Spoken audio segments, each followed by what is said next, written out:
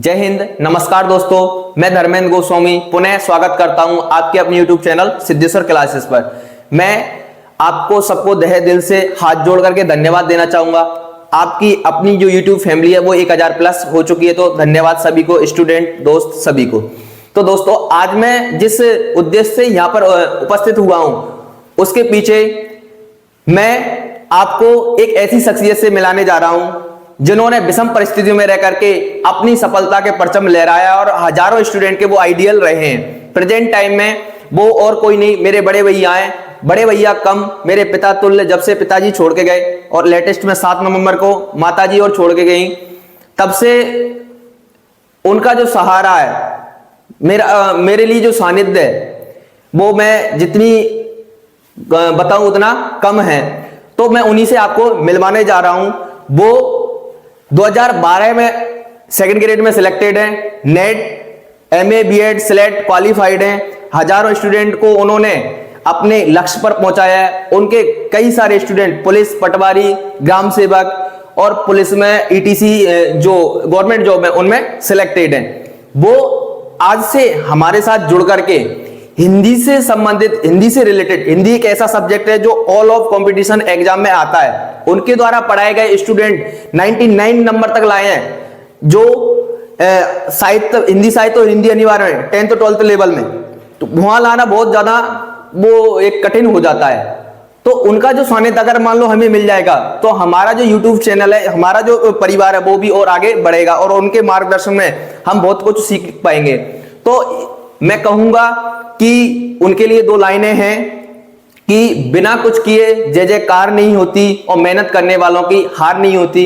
इसी के साथ मैं बुलाना चाहूंगा आप सबके चहेते हमारे आदर्श बड़े भैया आए और मार्गदर्शन करें। नमस्कार दोस्तों, प्यारे बच्चों, मैं आपका सिद्धेश्वर क्लासेज यूट्यूब चैनल पर स्वागत करता हूं, अभिनंदन करता हूं। आज मैं आपके सामने यहाँ पर सिद्धेश्वर क्लासेज की जो ऊर्जावान टीम है, भाई डीके गोस्वामी सर, और उनको तहे दिल से बधाई देना चाहता हूँ, जिन्होंने बहुत ही कम समय में गरीब, अनाथ, आदिवासी बच्चों के लिए जिस प्रकार से इस सिद्धेश्वर क्लासेज यूट्यूब चैनल का सफलतापूर्वक आगाज किया है, उसके लिए मैं एक बार पुनः उनको बधाई देना चाहता हूँ। प्यारे बच्चों, मैं आपके सामने हिंदी विषय और शिक्षा मनोविज्ञान विषय के रूप में समय समय पर आपको वीडियो उपलब्ध कराता रहूंगा। और मैं आज आपके सामने इस चैनल पर जो उपस्थित हुआ हूं, उसका मुख्य लक्ष्य, मुख्य कारण यह है कि मैं आपको सभी प्रतियोगी परीक्षाओं में हिंदी विषय के संबंध में, जो पाठ्यक्रम में हिंदी विषय से संबंधित जो प्रश्न आते हैं, उन सभी प्रतियोगी परीक्षाओं के बारे में आपसे विस्तार से मैं आपको बताना चाहूंगा, अवगत कराऊंगा। जैसे कि सर्वप्रथम अगर मान लो अपन बात करें हिंदी विषय सिलेबस में रीट लेवल फर्स्ट की, प्यारे बच्चों, सबसे पहली बात तो यह है कि अगर अपन को आगे बढ़ना है तो सबसे पहली चीज है कि कठिन परिश्रम अपन को जरूर करते रहना चाहिए। अगर मेहनत आप हासिल करना चाहते हो तो उसकी 2 ही चाबियां हैं, एक तो दृढ़ संकल्प, दूसरा कठिन परिश्रम। इनके बगैर आप जीवन में आगे नहीं बढ़ सकते। मैं आपको 2 लाइनों से जोड़ना चाहूंगा।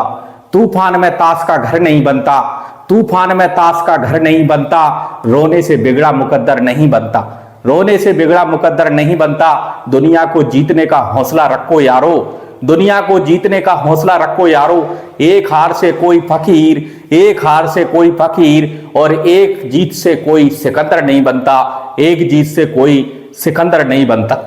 इसी प्रकार अपन चर्चा करते हैं हिंदी विषय सिलेबस में रीट लेवल फर्स्ट के बारे में।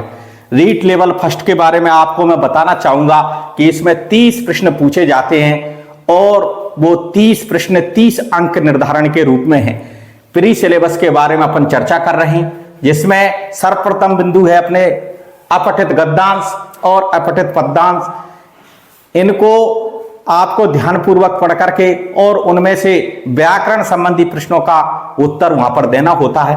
उपसर्ग, प्रत्यय, संधि और समास, संज्ञा, सर्वनाम, विशेषण, अवयव, वचन, काल, लिंग, वाक्य रचना, इस प्रकार के प्रश्न आपके उस व्याकरण संबंधी टॉपिकों में पूछे जाते हैं। वाक्य के अंग के बारे में पूछा जाता है, वाक्य के प्रकार आपके सामने पूछे जाते हैं, मुहावरे, लोकोक्तियां, विराम चिन्ह, भाषा की शिक्षण विधियां, इसके साथ ही भाषा शिक्षण के उपागम, भाषा दक्षता का विकास आपसे पूछा जाता है।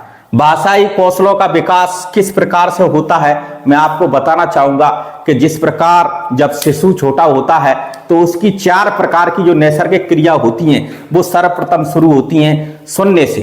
उसके बाद शिशु बोलना सीखता है, उसके बाद पढ़ना सीखता है और उसके बाद वो लिखना सीखता है। इस प्रकार से ये प्रक्रिया अपने जीवन क्रम में आगे बढ़ती रहती हैं। शिक्षण अधिगम सामग्री राज्य सरकार और सरकारों द्वारा ये जोर दिया जा रहा है कि बच्चों को जब आप पढ़ाएं तो TLM शिक्षण सहायक सामग्री का प्रयोग करें। तो इसी के बारे में प्री परीक्षा में आपसे पूछा जाता है। उपचारात्मक शिक्षण के बारे में भी उसमें पूछा जाता है। रेमेडियल संबंधित प्रश्न आपसे पूछे जाते हैं, तो उनके बारे में भी आपसे विस्तार से और चर्चा करता रहूंगा। मुख्य परीक्षा हिंदी विषय के संबंध में रीट लेवल फर्स्ट में जो प्रश्न आपके सामने पूछे जाते हैं वो प्रश्न इस प्रकार हैं। केवल 9 प्रश्न हिंदी के आपसे रीट लेवल फर्स्ट में पूछे जाएंगे और उसमें 5 प्रश्न हिंदी व्याकरण के होंगे। जो हिंदी व्याकरण उपसर्ग, प्रत्यय, संधि, समास, संज्ञा, विशेषण यानी जो ऊपर अपन ने बता दिया है उसमें से ही वो प्रश्न पूछे जाएंगे। 4 प्रश्न हिंदी शिक्षण विधियों के रूप में पूछे जाते हैं। वीडियो में आगे जब मैं आपको लाऊंगा तो इन शिक्षण विधियों के बारे में भी विस्तार से आपके सामने चर्चा करूंगा। अगला टॉपिक अपना है हिंदी विषय सिलेबस रीट लेवल 2 के बारे में। रीट लेवल 2 जिसमें भी 30 प्रश्न पूछे जाते हैं और वो 30 प्रश्न 30 अंक का निर्धारण है। देखो अपन ने जो टॉपिक समान रूप से मिल रहे हैं वो आपके सामने पहले से ही यहाँ पर लिखे हुए हैं। आप देख सकते हैं कि उसमें अपठित गद्यांश, अपठित पद्यांश सर्वप्रथम दिया गया है, वो भी इसमें दे रखा है। उपसर्ग, प्रत्यय, संधि और समास आपके सामने है। संज्ञा, सर्वनाम, विशेषण, विशेष आपके सामने हैं। अब एक शब्द जिनको अपन वन वर्ड भी बोलते हैं वो भी आपके सामने यहाँ पर लिख रहे हैं। रेखांकित में नीली रेखा से मैंने उनको रेखांकित कर रखा है। वो रीट लेवल फर्स्ट और रीट लेवल सेकंड में थोड़ा सा बदलाव इसको वो आपके सामने रेखांकित कर रहे हैं। वो है वाक्य शुद्धि, शब्द शुद्धि, तत्सम, तद्भव, देशज, विदेशज। अगर मान लो तत्सम, तद्भव, देशज, विदेशज के बारे में आपको एक शब्द से बताना चाहूंगा तो उसको अपन बोलते हैं शब्द भेद। शब्द भेद में इन चारों का उल्लेख हो जाता है, बस वही इस रीट लेवल 2 में एक्स्ट्रा पूछा जाता है।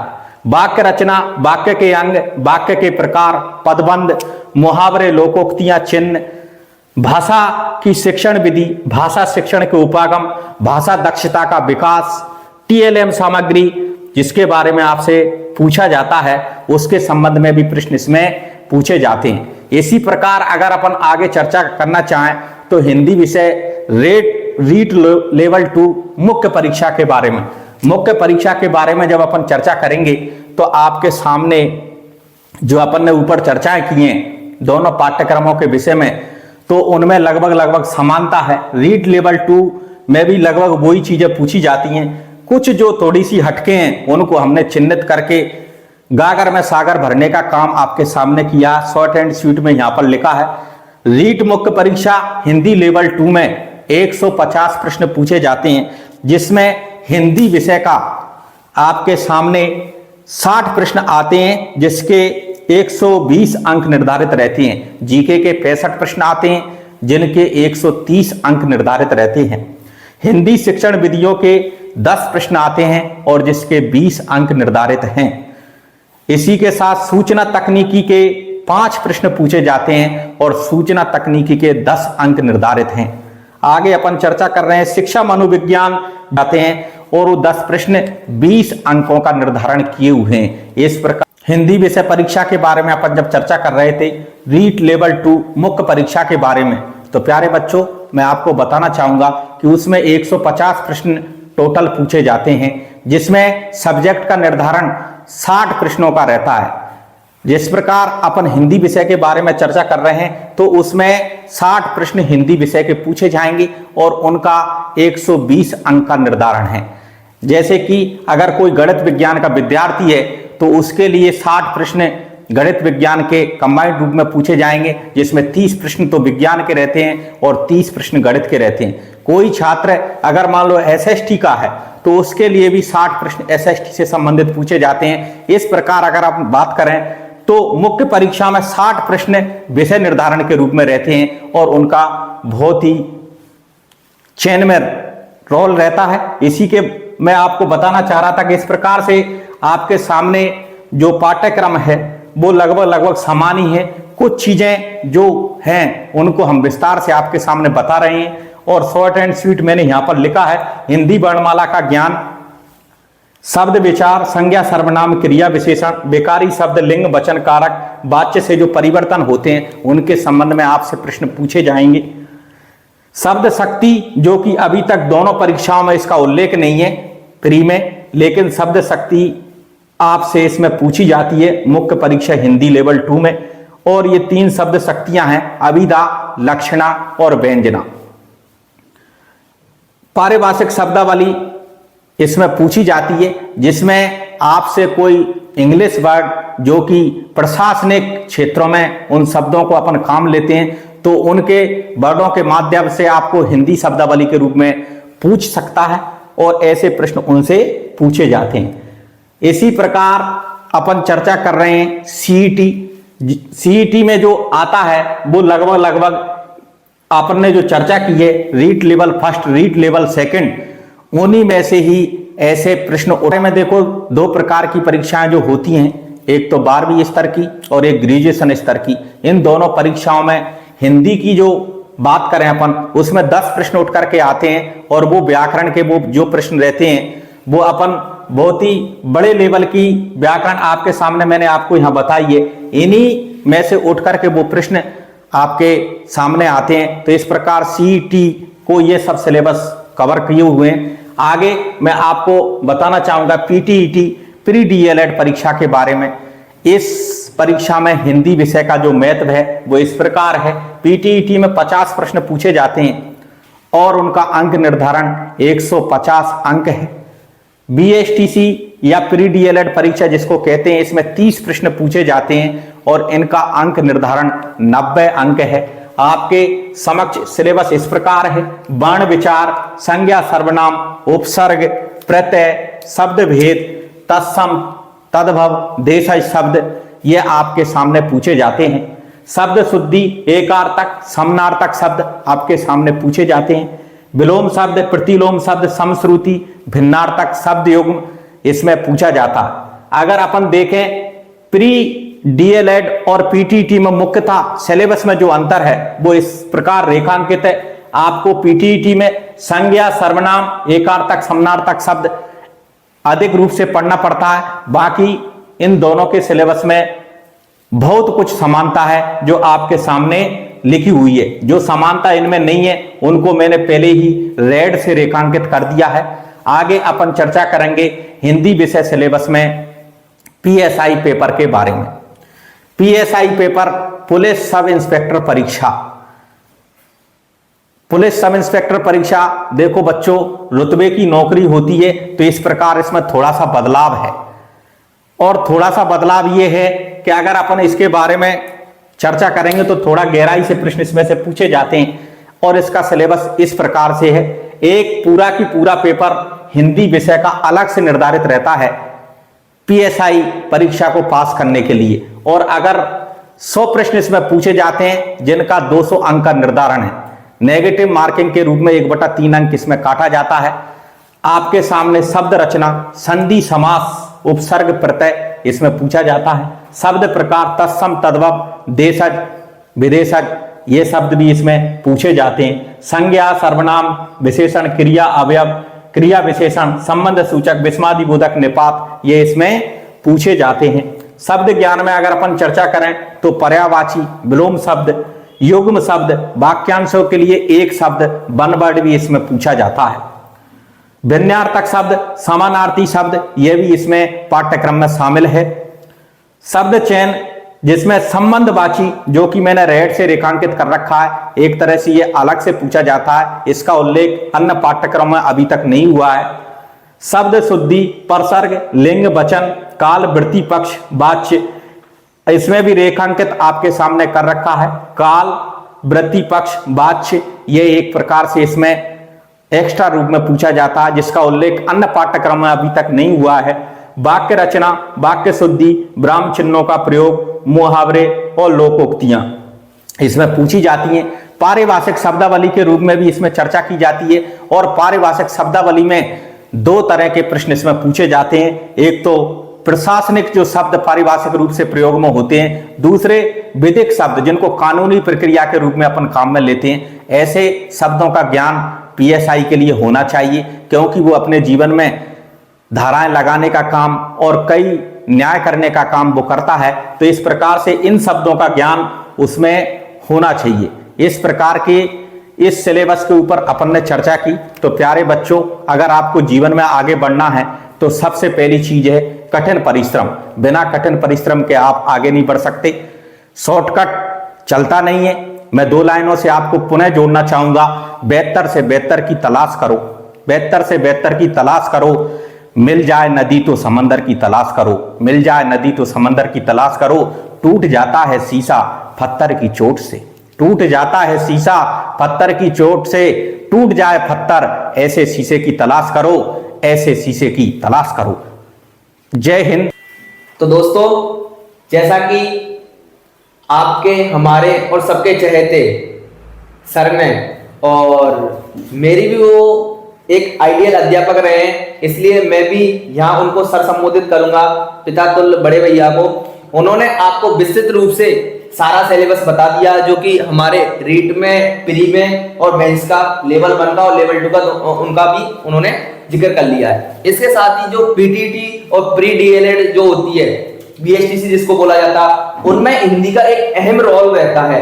इन सब का देखो, मैं इतना तो हिंदी के बारे में नहीं बता पाऊंगा, लेकिन क्योंकि ये सारी परीक्षा मैंने भी दे रखी है और मैं लेटेस्ट में क्योंकि अभी तैयारी में जुड़ा हुआ हूं, तो थोड़ी सी मैं बताना चाहूंगा कि इनके बारे में मैं कहां से क्या क्या चीजें आती है। देखो, रीट के जो प्री के पेपर है, इनमें नेगेटिव मार्किंग नहीं है, लेकिन मेंस में नेगेटिव मार्किंग है।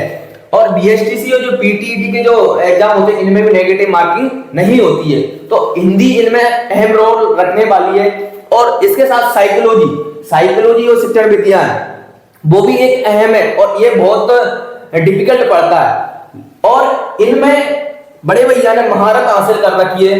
वो मैं पुनः दोहराऊंगा कि शिक्षण विधियों में और साइकोलॉजी में उनकी इतनी अच्छी पकड़ है। हिंदी जैसी, हिंदी के वो विषय विशेषज्ञ हैं, अध्यापक हैं, लेकिन शिक्षण विधियों में भी और साइकोलॉजी में वो बहुत अच्छी पकड़ रखते हैं। तो ये दोनों सब्जेक्ट को आपको क्लियर बड़े भैया कराने वाले हैं। तो मैं आप सबकी तरफ से बहुत तहे दिल से स्वागत करता हूं और आप सबसे अनुरोध रहेगा कि आप उनको ये बता दें, ज्यादा से ज्यादा इस वीडियो को शेयर करके, लाइक करके, कि हम आपका इस चैनल पर स्वागत करते हैं और इनका मार्गदर्शन अब हमें सुचारू रूप से मिलता रहेगा। देखो, गवर्नमेंट जॉब में होने के कारण समय का अभाव होने के बावजूद भी वो हमारे लिए समय निकाल करके आ रहे हैं। तो यही सबसे बड़ी हमारे लिए एक प्रेरणा है कि कैसे अपने शेड्यूल से बिजी रहकर भी हमारे लिए टाइम दिया। तो ये भी हमारे लिए कोई उपलब्धि से कम नहीं है। तो हम इनकी सेवाओं का, इनके अनुभव का लाभ उठाने वाले हैं। मैं खुद भी बहुत ज्यादा इनसे सीखता हूं। तो आप सबसे अनुरोध रहेगा, इस क्लास को ज्यादा से ज्यादा शेयर करें और सबको बताएं कि हम आपका स्वागत करते हैं। जय हिंद।